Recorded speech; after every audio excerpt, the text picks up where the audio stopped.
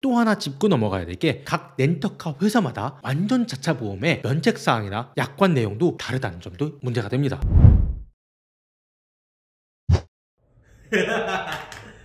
자, 갑니다. 만약 일반 자차 유사보험 보상 한도가 100만원, 완전 자차 유사보험 보상 한도가 300만원이라고 치죠. 슈퍼 완전 자차 보상 한도는 무제한입니다. 제가 제주에서 기분을 좀 내려고 제 머리처럼 번쩍번쩍하고 좀 뚜껑까지 열리는 정말 보기 좋은 외제차를 빌렸다고 치죠. 혹시 모를 사고에 대비해서 렌트를 하면서 완전 자차 유사보험에 가입했습니다. 그런데 그만 실수로 사고를 냈고 차량 수리비가 500만원이 나왔습니다. 그럼 저는 얼마를 렌터카 회사에 물어줘야 될까요? 단순히 계산하면 수리비가 500만원이고 제가 가입한 완전 자차 유사보험 보상 한도가 300만원이니까 수리비 500만원에서 보상 한도 300만원을 빼면 200만원을 물어줘야 합니다. 200만원 작지 않은 돈이고 아깝긴 하지만 번쩍번쩍한 내가 뭐 내지 뭐 라고 생각하고 있는데 어처구니없게도 난데없이 렌터카 회사는 저에게 1000만원을 물어내라고 할 수도 있습니다. 완전 자차 유사보험 약관을 자세하게 살펴보니 휴차 보상료는 50%만 보상하며 단독사고는 수리비 전액을 이용자, 그러니까 빌리는 사람이 내야 한다는 규정이 있습니다. 저는 운전미숙으로 나무에다 부딪혔다고 하죠. 그러니 수리비 500만원을 고스란히 물어내라고 하는 겁니다. 그런데 그럼 나머지 500만원은 도대체 어디서 나왔을까요? 바로 휴차료입니다. 해당 차량의 하루 렌트비가 50만원이라고 치죠. 그런데 이 50만원의 차에서 90%를 할인해서 5만원에 빌렸습니다. 개꿀이죠. 그런데 이 차를 사고 냈던 겁니다. 그럼 하루당 휴차료는 얼마일까요? 5만원에 빌렸고 휴차료의 50%만 부담하면 되니까 하루 휴차료는 25,000원일까요? 안타깝게도 아닙니다. 원래 가격인 50만원에 50%인 25만원이 휴차료입니다. 외제차니까 수리기간도 국산차보다 굉장히 깁니다. 20일 동안 수리를 했다고 가정하고 수리기간 동안 자동차를 빌려주지 못해서 발생하는 손해를 렌터카 회사는 저에게 보상을 하는 겁니다. 25만원 곱하기 20일이니까 이게 휴차료가 500만원인 거죠. 결국 휴차료 500만원에 차량 수리비 500만원까지 총 1000만원이 나오는 셈입니다. 5만원의 차량을 빌리고 완전 자차보험, 아니 완전 자차 유사보험에 가입했는데 이런 상황이 될 수 있는 거죠. 금융당국도 렌터카 업체의 이런 유사보험 문제를 인지했습니다.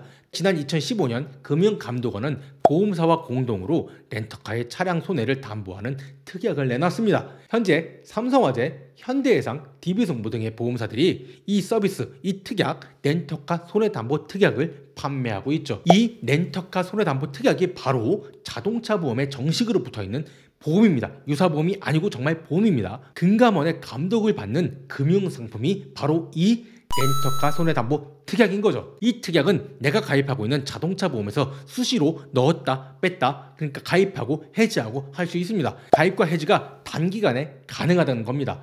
여행에 자주 간다면 이 특약 몇 번씩 반복 가입과 해지에도 상관이 없습니다. 한 번 가입할 때 기간은 통상 하루에서 최대 1개월까지입니다. 그럼 보험료는 얼마냐고요? 차량에 따라 다릅니다. 다만 보험료는 원데이 자동차 보험과 비슷한 수준입니다.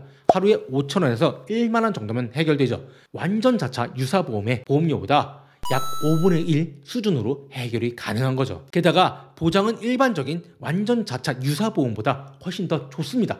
내가 가입한 자동차 보험의 자차 보험 한도에서 보상되기 때문입니다. 휴차료를 부담할 일도 없습니다.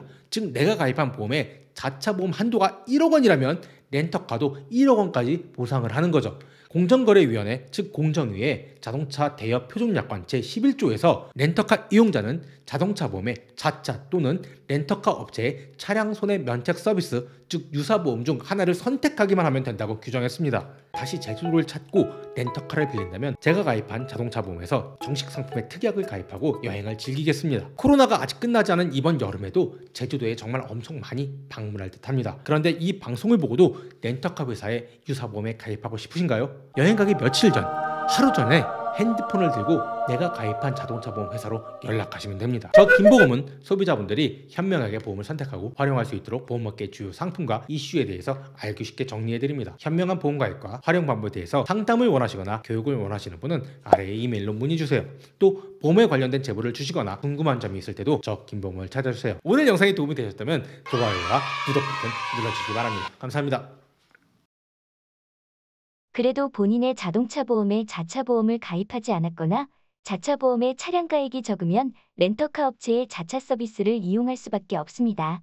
영상 속의 단독사고 보상 여부, 휴차료 부담 여부 등은 당연히 확인하셔야 하고요. 또 엄청나게 중요한 확인해야 할 내용이 있습니다. 바로 12대 중과실 면책 여부인데요. 신호 위반, 중앙선 침범, 시속 20km 초과, 과속, 앞지르기 끼어들기 위반, 횡단보도사고, 철길 건널목 통과 위반, 무면허 운전, 음주운전, 보도 침범, 스쿨존 안전의 무위반, 승객 추락 방지 위반, 화물 결박 위반 등이 그 내용입니다. 이와 같은 사유로 인해서 사고가 발생하면 어떤 자차 서비스를 가입했건 미보장하는 업체들이 있습니다.